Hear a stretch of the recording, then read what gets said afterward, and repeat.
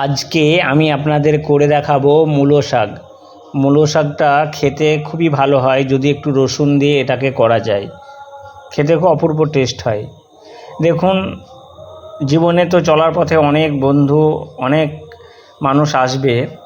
যদি আপনি কোনো সময়, কোনো দিন, কোনোখানে কোনো বিপদে পড়েন, তখনই বুঝতে পারবেন যে সত্যিকারের বন্ধুটা আপনার কে, কে আপনার পাশে আছে, কে আপনার পাশে নেই।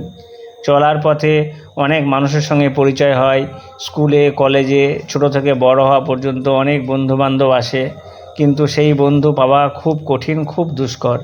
বিপদে যে পাশে থাকে সেই আসল বন্ধু আর সেই আসল মানুষ। যাই হোক, এ কথাটা বললাম, অনেক কারণ আছে। আমি আজকে আপনাদের দেখাচ্ছি মূলো শাক। মূলো শাকটা দেখুন, আমি বাজার থেকে নিয়ে এসেছিলাম, একদমই ফ্রেশ এবং টাটকা ছিল।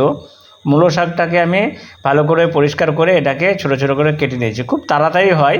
মূলো শাকটা একটু শক্ত থাকে খেতে, তবে গরম ভাতের সঙ্গে খেতে অপূর্ব হয়। এটাকে দেখুন আমি ভালো করে কেটে নিলাম।